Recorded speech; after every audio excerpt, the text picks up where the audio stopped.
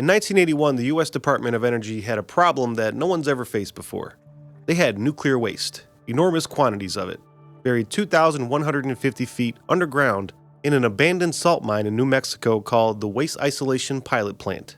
It contained radioactive material that can remain dangerous to human life for at least 10,000 years. The problem they had was that they had to warn future civilizations not to dig there. That's a key word here, not future generations, but future civilizations. Because 10,000 years from now, the United States of America as a political entity most certainly will not exist. The English language we speak will be as unrecognizable as Latin is to most people today. The cultural context that gives any symbol its meaning will have transformed beyond anything we can currently predict. So they commissioned a study, hired linguists, anthropologists, physicists, archaeologists, and science fiction writers. They formed the Human Interference Task Force and gave them one job: to find out how to leave a warning that will be understood 10,000 years from now.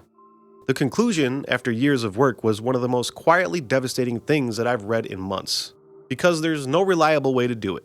And that conclusion, from the best minds we can assemble, specifically for the problem of communicating across deep time, is the lens I want to use today when we look at the ancient world, because if we can't reliably leave a message for our own future, what exactly are we reading when we study what was left behind thousands of years ago? The Human Interference Task Force report. The panel's first conclusion was that a simple keep out sign was completely inadequate. Nuclear waste remains dangerous far longer than any message written in any current language can be expected to remain legible or meaningful. Their second conclusion was slightly more troubling. Any physical marker, no matter how elaborate, risks the opposite of its intended effect. Stonehenge stood for roughly 5,000 years, the Great Pyramids for roughly 4,500 years, and both of them attract humans rather than repelling them. A monument large enough to survive 10,000 years is by definition impressive enough to make people want to investigate it. One panelist noted that the spike fields and jagged granite monuments were designed to communicate danger, and those may be interpreted by a future civilization as a sacred site. The very features that say danger here might say something is buried here to a culture with no shared context of what the markers mean. The panel considered everything. Pictograms, but pictograms are culturally contingent. Mathematical sequences, but mathematics assumes a shared logical framework that can't be guaranteed. Facial expressions of fear and pain, but these turn out to be less universal across cultures than we assume. And one proposal was to engineer a species of cat called ray cats, and that cat would change colors in the presence of radiation. The idea being that a cat changing color near a burial site might be a biological warning sign that might survive cultural transformation better than any written word could. And this was actually a serious proposal by serious people in a government-commissioned study. The final report proposed an elaborate multi-layered system of markers, buried information rooms, surface monuments, and earthworks, while acknowledging that none of it could be guaranteed to work. The honest conclusion was that we may simply be unable to communicate meaningfully across 10,000 years to an unknown future civilization. We can't leave a message for our own descendants with every modern tool available to us knowing exactly what we're trying to do. That's going to be an important distinction as we move on here. The nuclear semiotics problem opens up a brand new question about the ancient world. Whatever built the structures at Giza, whatever quarried and placed the foundation stones at Baalbek, whatever constructed Göbekli Tepe and then deliberately buried it, they weren't thinking about us. They couldn't have been thinking about us. We didn't exist. Our languages didn't exist. Our cognitive frameworks, our religions, our entire way of organizing meaning didn't exist. They built for themselves and for their own civilization and for their own purposes that made complete sense within their own context. And then something happened, whether it was the Younger Dryas or a gradual withdrawal or something we have no record of. They were gone or hidden or so changed that whatever came next had no continuity with what was there before. We found the buildings, we found the texts, we found the tools and the astronomical alignments, and we did what the nuclear semiotics people warned was almost inevitable. We interpreted everything through our own cultural framework. We made it mean something to us. We built our religions around it. We named our gods after it. We told ourselves that we understood it. The Egyptians found the Sphinx and made it a god. They recarved the face to make it look like their pharaoh. They built temples around it and incorporated it into a religious system it was never designed for. They inherited something that they didn't build and didn't fully understand, so they just made up a meaning and made it theirs. The Romans found the Baalbek foundation and built Jupiter's temple on top of it. They had no idea who laid those 1,600-ton stones or why. They just used what they found because it was there and it was extraordinary. We found Göbekli Tepe and called it a ritual site because that's the category for our framework where you have a large stone structure with animal carvings on it. And maybe it was, but maybe the word ritual means something so different in their context that applying it is like calling a nuclear waste repository a sacred site because it has large impressive markers surrounding it. We're not decoding the ancient world, we're projecting onto it. And the nuclear semiotics problem tells us why that's almost certainly inevitable.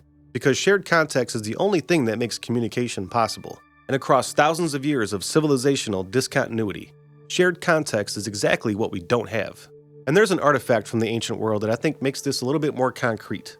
The Copper Scroll. It was found in 1952 in Cave 3 near Qumran, the same area as the Dead Sea Scrolls. But it's not like the other scrolls. Every other document in that collection was either written on parchment or papyrus, which is organic material designed for relatively near-term use. The Copper Scroll was engraved on metal, a material chosen because it would outlast organic material by thousands of years. Someone made a decision to engrave this particular document into a medium designed for deep time survival. The content is a list of 64 locations where enormous quantities of gold and silver are buried, written in a slightly different Hebrew dialect than the other scrolls, using terms that the scholars still haven't decoded, describing locations by reference to landmarks that no longer exist or can't be identified. In 73 years of modern archaeology with satellite imaging, ground-penetrating radar, and every tool available to us, no one has ever found a single cache of gold or silver. Not one. About a week ago, archaeologist Shimon Gibson proposed a new theory. The Copper Scroll was never intended for ordinary people to read. It was a sealed message designed for a specific recipient who would know the context needed to decode it. But that recipient never came back. So we found it, and we spent 73 years doing exactly what the nuclear semiotics panel warned was inevitable. Interpreting it through our own framework, looking for literal buried treasures in locations we identify based on our understanding of the landscape, using our translation of a dialect we don't fully understand. But what if we're looking for the wrong thing entirely because we can't read a message that was never intended for us? Now this idea can go in two very different directions, but I think only one of them is intellectually honest. The sensational direction is that everything we think we know about the ancient world is wrong, and there are secret messages hidden in ancient sites that we just haven't decoded yet. But that's not what I'm saying. The honest answer is actually simpler, but a little more unnerving. We assume that if there was meaningful information embedded in ancient sites and texts that we would eventually be able to decode it. The nuclear semiotics problem suggests that that assumption is almost certainly wrong. Not because the ancient builders are smarter than us or more sophisticated than us, but the cognitive and cultural gap between us and whatever built these things may be as unbridgeable as the gap between us and a civilization 10,000 years into the future. We don't know what they valued, we don't know what they feared, we don't know what these structures meant to them in their context. We're just pattern matching in the absence of a shared context and giving meaning to the things that we find. And of course I gotta bring in the old crypto-terrestrial hypothesis on this one as well.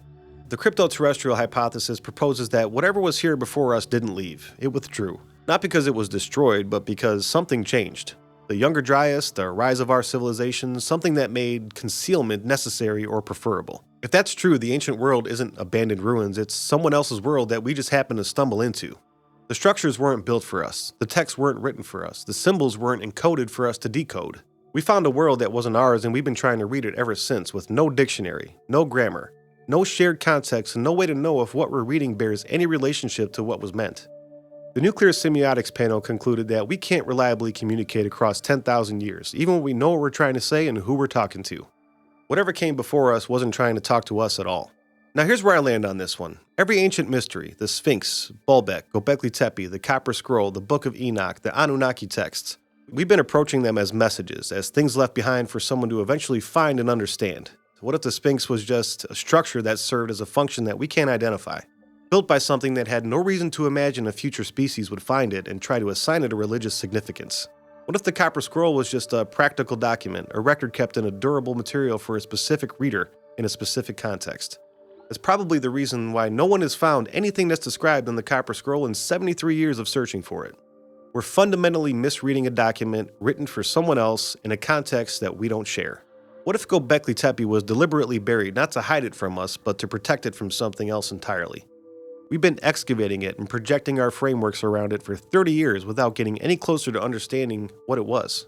The nuclear semiotics problem doesn't just apply to nuclear waste, it applies in reverse to everything we've inherited from the deep past. We can't warn our future, so we probably can't read our past. All we can really do is be honest with ourselves and sit with that uncertainty. Acknowledge that what we're calling ancient mystery might be mystery not because the answers are hidden, but because the questions we're asking are the wrong ones.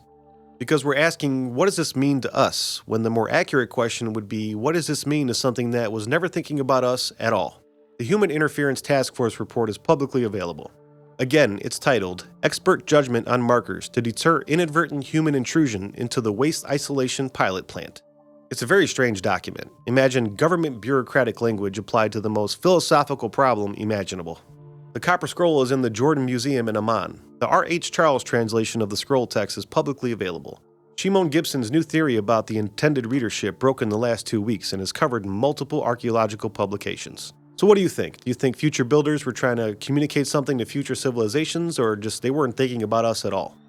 And I get this is more philosophical leaning, but there's actually research being done on this.